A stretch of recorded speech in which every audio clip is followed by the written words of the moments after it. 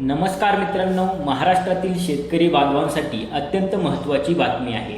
राज्य सरकारने पुण्यश्लोक अहिल्यादेवी होळकर शेतकरी कर्जमुक्ती योजना 2026चा शासन निर्णय म्हणजे JR जारी केला आहे। या योजनेअंतर्गत पात्र शेतकऱ्यांना 2 लाख रुपयांपर्यंत कर्जमाफी मिळणार आहे। चला तर जाणून घेऊया या योजनेतील काही महत्त्वाचे मुद्दे। पहिला महत्त्वाचा मुद्दा म्हणजे कोणाला मिळणार 2 लाख रुपयांची कर्जमाफी। तर बघा, 1 एप्रिल 2019 ते 31 मार्च 2025 या कालावधीत घेतलेले अल्पमुदत पीक कर्ज जर 30 सप्टेंबर 2025 रोजी थकीत असेल आणि 31 मार्च 2026 पर्यंत भरलेले नसेल तर अशा शेतकऱ्यांना जास्तीत जास्त 2 लाख रुपयांपर्यंत कर्जमाफी मिळेल। त्यानंतरचा मुद्दा म्हणजे एकापेक्षा जास्त बँकांचे कर्ज असेल तर काय। ज्या शेतकऱ्यांचे एका बँकांपेक्षा जास्त बँकांचे कर्ज असेल तर शेतकऱ्यांच्या सर्व बँकांमधील थकीत कर्जाची एकत्रित रक्कम विचारात घेतली जाईल आणि त्यावर कमाल 2 लाख रुपयांपर्यंत लाभ दिला जाईल। म्हणजेच जास्तीत जास्त 2 लाख रुपयांपर्यंत शेतकऱ्यांना लाभ दिला जाईल।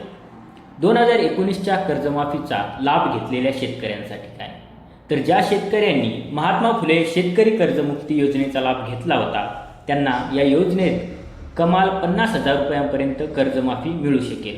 म्हणजेच जास्तीत जास्त 50,000 रुपयांची कर्जमाफी त्या शेतकऱ्यांना मिळू शकते।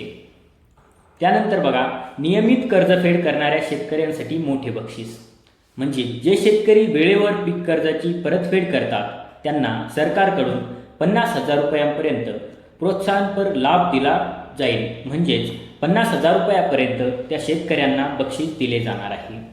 आता OTS म्हणजे काय, तर ज्यांचे थकीत कर्ज 2 लाखांपर्यंत जास्त आहे, ज्यांचे थकीत कर्ज 2 लाखांपेक्षा जास्त आहे त्यांनी 2 लाखांवरील रक्कम स्वतः भरल्यानंतर उर्वरित 2 लाख रुपयांपर्यंत कर्जमाफीचा लाभ त्यांना मिळू शकतो।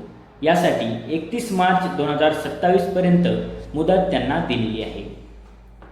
तर कोण पात्र आणि कोण अपात्र असतील, कोण असतील अपात्र, म्हणजेच या योजनेसाठी कोण कोण अपात्र असतील बघा।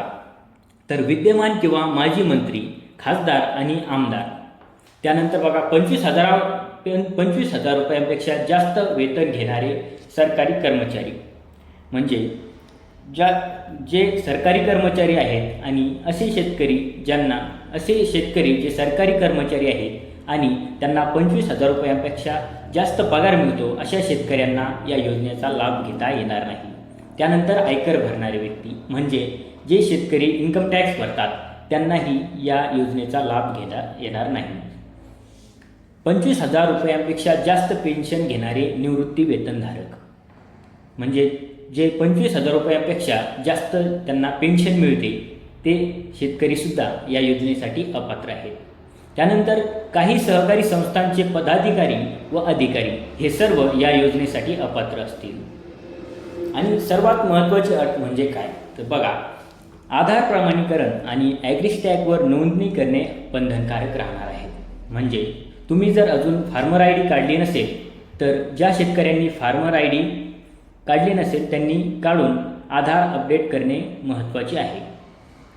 त्यानंतर बघा, अर्जाची प्रक्रिया कशी असेल।